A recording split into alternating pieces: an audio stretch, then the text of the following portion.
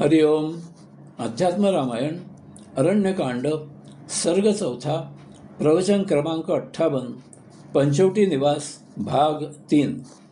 मागील प्रवचनामध्ये आत्मज्ञान प्राप्त होण्यासाठी रामप्रभूने लक्ष्मणाला सांगितलेल्या 8 साधना आपण पाहिल्या. आता आपण उर्वरित साधना पाहू. 9. पुत्र, पत्नी, धन इत्यादीचे ठिकाणी आसक्ती आणि प्रेम यांचा अभाव असणे. येथे रामप्रभूने आसक्ती आणि प्रेम असे शब्द वापरले आहेत. आपण सर्वप्रथम या दोन्ही शब्दांचा या प्रवचनापुरता स्वतंत्र आणि नंतर एकत्र अर्थ पाहू. आसक्ती याचा अर्थ एखाद्या वस्तूबद्दल, गोष्टीबद्दल ओढ, आकर्षण, स्वारस्य निर्माण होणे. यात निरासकता नसते.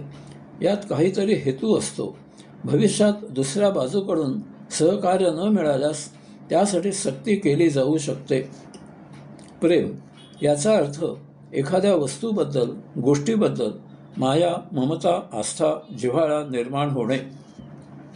येथे हेतू नसतो. त्यातून असला तरी कोणाच्या मर्जीविरुद्ध कृती केली जात नाही. परस्पर परिवर्तन. ज्यावेळी एखाद्या गोष्टीबद्दल आसक्ती निर्माण होते तेव्हा त्याबद्दल प्रेम वाटू लागते. याचप्रमाणे ज्यावेळी एखाद्या गोष्टीबद्दल प्रेम निर्माण होते तेव्हा त्याबद्दल आसक्ती वाटू लागते. आणि म्हणून कोणाही बद्दल आसक्ती किंवा प्रेम बाळगू नये. कोणाही जवळ काही कारणाने संबंध असल्यास तो संबंध तेवढ्यापुरताच बाळगावा. कारण आसक्तीचे प्रेमात आणि प्रेमाचे आसक्तीमध्ये परिवर्तन होऊ शकते. यामधून भविष्यात माझे, माझा, माझे अशी भावना निर्माण होते. यामधून मालकी निर्माण होते. त्यामधून हक्क प्रस्थापित होतो. तेथे बंधन निर्माण होते आणि यामधून भेद निर्माण होतो. म्हणून पुत्र, येथे पुत्र असे जरी म्हटले असले तरी ते पुत्र आणि पुत्री म्हणजे संतती असे दोन्हीही समजायचे आहे. आपल्याला संतती प्राप्ती कशासाठी होते याचे आध्यात्मिक कारण आपण प्रथम समजून घेतले पाहिजे. याचे पहिले कारण असे आहे की देह मृत झाल्यावर जर अवशात्मा संचिताने लपेटलेला असला तर ते संचित उपभोगूनच संपविता येते. यासाठी अशा अमुक्तावस्थेमधील अवशात्म्याला पुन्हा देह धारण करावा लागतो. यासाठी त्याला मातापिता यांचे सहाय्य मिळावे लागते. याचाच अर्थ मातापित्याने संततीला जन्म द्यावा लागतो. याचे दुसरे कारण असे आहे की अवशात्मा योगधाम सोडून ग्रहावर स्वनिर्मित सृष्टीलीला अनुभवण्यासाठी आलेला असतो. येथील सृष्टी जड आहे, परंतु अवशात्मा सूक्ष्म आहे.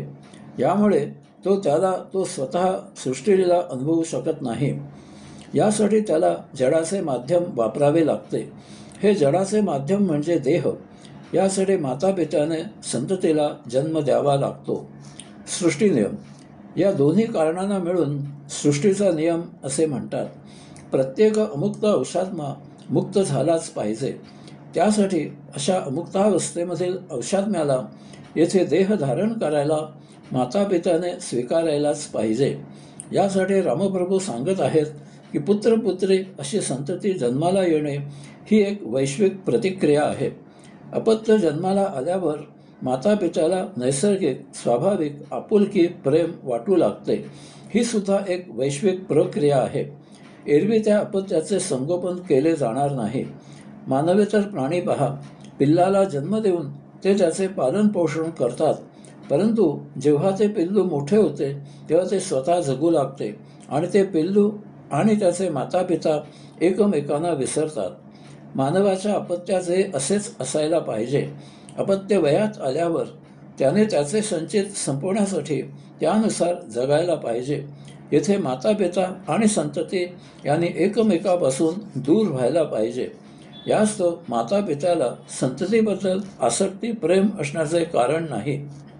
पत्नी, येथे जरी पत्नी असे म्हटले असले तरी पती आणि पत्नी अशा दोहोचाही विचार करायचा आहे. पती आणि पत्नी यांनी एकत्र का यायचे याचे आध्यात्मिक कारण आपण प्रथम समजून घेतले पाहिजे. याचे पहिले कारण असे आहे की पती आणि पत्नी यांच्या परस्पर प्रेमामधून ते एकत्र आल्यावरच संतती निर्माण झाली पाहिजे. तरच त्या संततीचे दोघांकडूनही प्रेमाने छान संगोपन होते.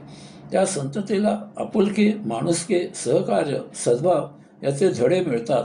नाहीतर तो एक सोपस्कार होतो, वृक्ष व्यवहार होतो. अशा संततीकडून सृजन होणे दुष्कर होते.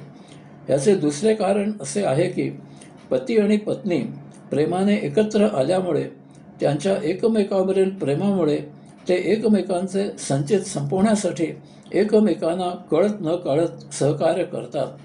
यात त्यांच्या अपत्यांच्या संचित संपण्यालाही एकमेकांमुळे कळत नकळत चालना मिळते. अशा कुटुंबामुळे समाज एकत्र येतो. येथे अनेक औषात्मे एकमेकांना संचित संपवण्यासाठी कळत न कळत सहकार्य करू लागतात. यात अनेक औषात्म्यांच्या मुक्तीच्या यात्रेचा प्रश्न मार्गी लागतो. याचे तिसरे कारण असे आहे की घरामधील सर्वांचा मायेने सांभाळ आणि घरासाठी लागणाऱ्या वस्तूंसाठी घराबाहेर वृक्ष व्यवहार हे एकाच व्यक्तीकडून होणे असंभव आहे. ही तारेवरील कसरत एकच व्यक्ती करू शकत नाही. यासाठी उपजतच मायाळू असणारी स्त्री आणि उपजतच वृक्ष असणारा पुरुष ही जोडी एकत्र राहून संसार छान करू शकते. सृष्टीनियम ही अशी तीनही कारणे मिळून सृष्टीचा नियम आहे. वैयक्तिक किंवा सामाजिक असा प्रत्येक अमुक्त अंशात्मा मुक्त झालाच पाहिजे. त्यासाठी पती-पत्नी, अपत्य आणि यांचा एकत्र समाज निर्माण झाला पाहिजे. यासाठी रामप्रभू सांगत आहेत की पती-पत्नी, अपत्य, समाज एकत्र येणे ही एक वैश्विक प्रक्रिया आहे. एरवी कुटुंब संस्था, समाज निर्माण होणार नाही. मानवेतर प्राणी पहा, कळपाने एकत्र राहतात, परंतु जेव्हा त्यामधील पिल्ले मोठी होतात तेव्हा ती कळपातच असूनही स्वतंत्र जगू लागतात. येथे एकमेकावर हक्क, सत्ता, जबरदस्ती नसते. मानवाच्या कुटुंबाचे, समाजाचे असेच असायला पाहिजे. पती-पत्नी, अपत्य, समाज यांनी एकमेकावर हक्क, सत्ता, जबरदस्ती न करता एकत्र असूनही एकमेकांपासून स्वतंत्र असायला पाहिजे.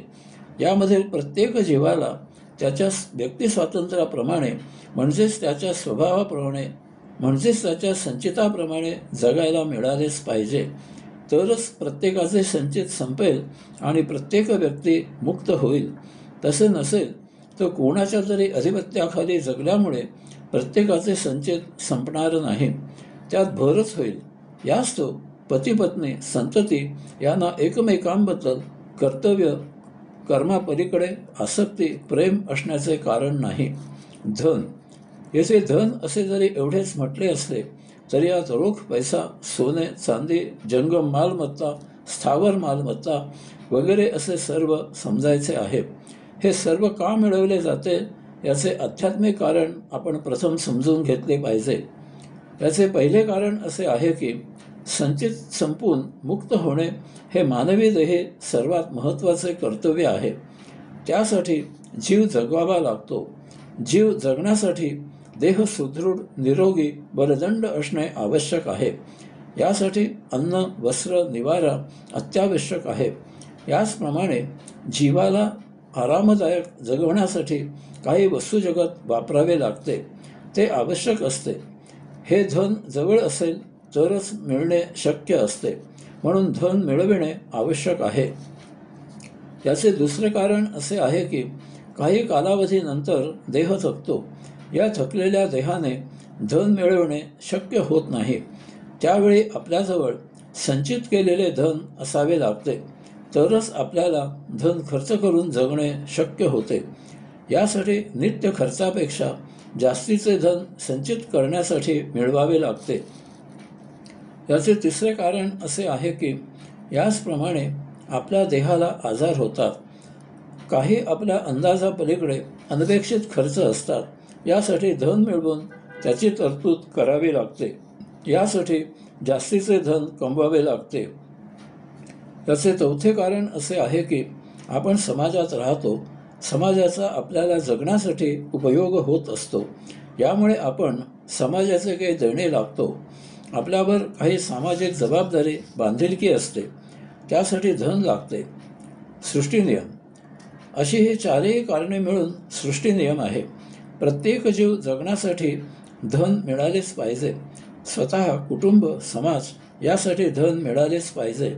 तरच संचित संपवण्यासाठी आवश्यक ते धन मिळवून संचितात असलेले वस्तुजगत उपभोगले जाईल आणि त्यामुळे आपले संचित संपेल. याचबरोबर आपल्यामध्ये आपल्या गरजेपेक्षा जास्त धन मिळवण्याचे कसब, कौशल्य, शक्ती आहे, म्हणून असे अतिरिक्त धन मिळवून संचितात नसलेले उपभोग घ्यायचे नाहीत.